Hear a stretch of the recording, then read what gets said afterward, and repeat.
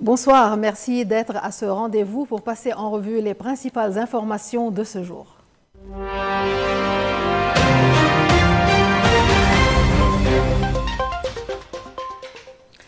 À l'approche des élections municipales, le ministre de l'Intérieur et des municipalités, Ahmed El Hajjar, a effectué une tournée d'inspection au Mont-Liban.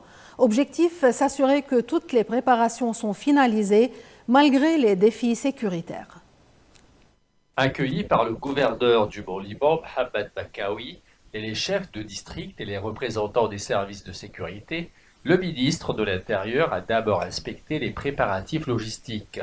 Les urnes sont prêtes, soigneusement stockées, en attente de leur distribution sécurisée vers les centres de vote. Ahmed El Hajjar a insisté sur l'importance de leur livraison et de leur surveillance jusqu'au dépouillement final. La tournée s'est poursuivie à la salle de gestion des catastrophes de Mabda.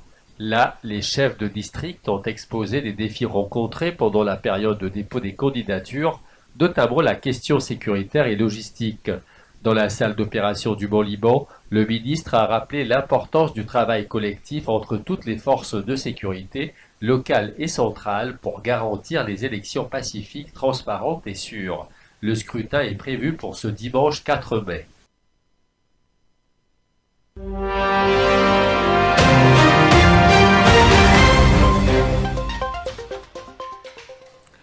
De nouveaux affrontements meurtriers en Syrie ravivent les tensions confessionnelles dans la banlieue de Damas. À Jeramana, 9 combattants druzes ont été tués lors d'un assaut des forces de sécurité syriennes. C'est dans la nuit de lundi à mardi que des échanges de tirs ont éclaté à Jeramana, une localité à majorité druze située aux portes de Damas. L'Observatoire syrien des droits de l'homme rapporte que les forces de sécurité ont lancé une offensive après la diffusion d'un message jugé blasphématoire sur les réseaux sociaux. Le dernier bilan fait état de 12 morts, tous issus des rangs druzes, selon l'Observatoire syrien des droits de l'homme. Dans un communiqué, les autorités religieuses druzes dénoncent une attaque armée injustifiée contre des civils innocents et pointent directement la responsabilité du pouvoir syrien. Le ministère syrien de l'Intérieur a affirmé pour sa part qu'il allait poursuivre les auteurs des affrontements qui ont éclaté sur fond de tensions confessionnelles. Le ministère de l'Intérieur a fait état de morts et blessés dans les affrontements à Jalamana, sans en préciser le nombre, et a ajouté que les forces régulières s'étaient déployées pour protéger les habitants. Ces incidents surviennent dans un contexte explosif. Après la chute du régime Assad en décembre dernier, Israël multiplie les gestes d'ouverture envers la communauté druze, tandis que les nouvelles autorités syriennes sont sous pression.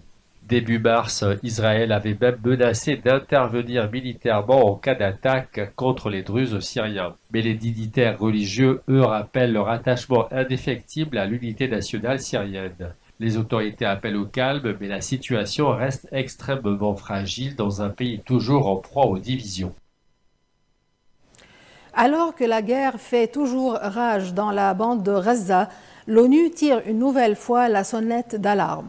Le chef de l'Agence pour les réfugiés palestiniens, Philippe Lazzarini, dénonce le traitement inhumain réservé à plus de 50 employés de l'UNRWA arrêtés par Israël depuis 2023. Depuis le début du conflit en octobre dernier, plus de 50 employés de l'UNRWA, des enseignants, des médecins, des travailleurs sociaux, ont été arrêtés par Israël. Selon Philippe Lazzarini, leur détention s'est accompagnée de mauvais traitements, de violences, d'humiliations et même de menaces contre leurs familles. Les témoignages recueillis font état de passages à tabac, d'attaques de chiens, de privations de sommeil et d'obligations de confession forcée. Une situation que l'ONU qualifie aujourd'hui de choquante et scandaleuse. Ces révélations interviennent alors que la Cour internationale de justice examine cette semaine les obligations humanitaires d'Israël envers les Palestiniens. Israël, absent des audiences, rejette toute accusation et accuse à son tour l'ONU, et en particulier l'UNRWA, de partialité. Depuis le 2 mars, l'entrée de l'aide humanitaire dans Gaza est quasiment bloquée. Les 2,5 millions d'habitants de l'enclave, frappés par une crise humanitaire sans précédent, attendent désespérément des vivres et des soins. L'ONU appelle à une enquête internationale indépendante sur le traitement réservé à ses employés. Une urgence humanitaire qui, jour après jour, s'aggrave encore sur le terrain.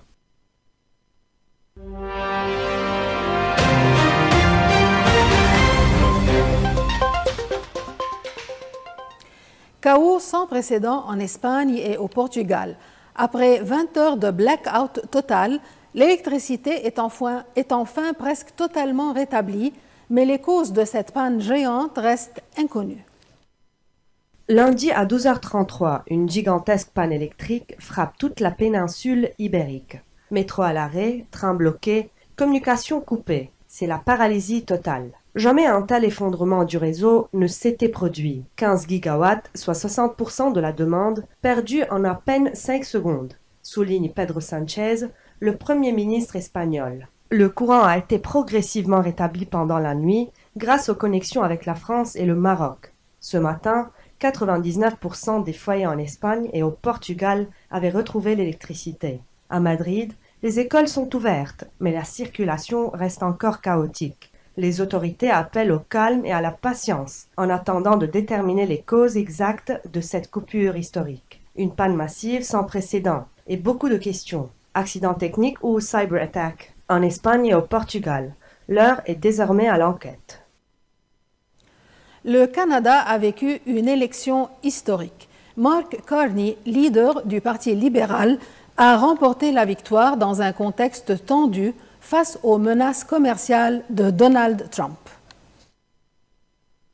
Il y a quelques mois encore, la victoire des conservateurs semblait acquise, mais la donne a changé. Face à la guerre commerciale lancée par les États-Unis, les Canadiens ont choisi la stabilité et l'expérience économique.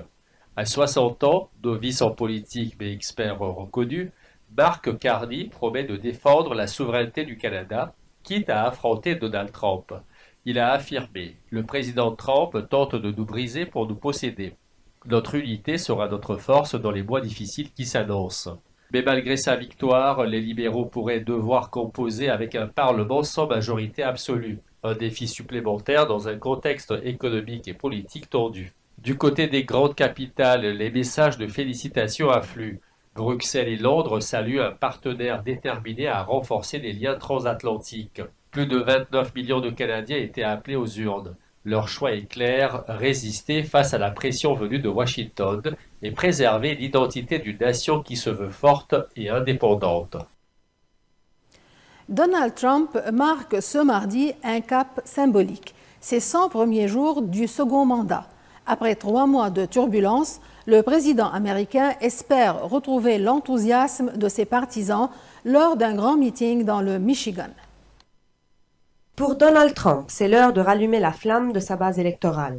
Après 100 jours marqués par le chaos, les décrets à la chaîne et une chute brutale dans les sondages, le président veut afficher une image de force et d'assurance. Cette fois, je dirige non seulement le pays, mais aussi le monde, affirme-t-il. Mais derrière les sourires, les défis s'accumulent. Tarifs douaniers controversés, politique migratoire dure, bras de fer avec le pouvoir judiciaire, Donald Trump gouverne désormais sans retenue, épaulé uniquement par ses plus fidèles alliés.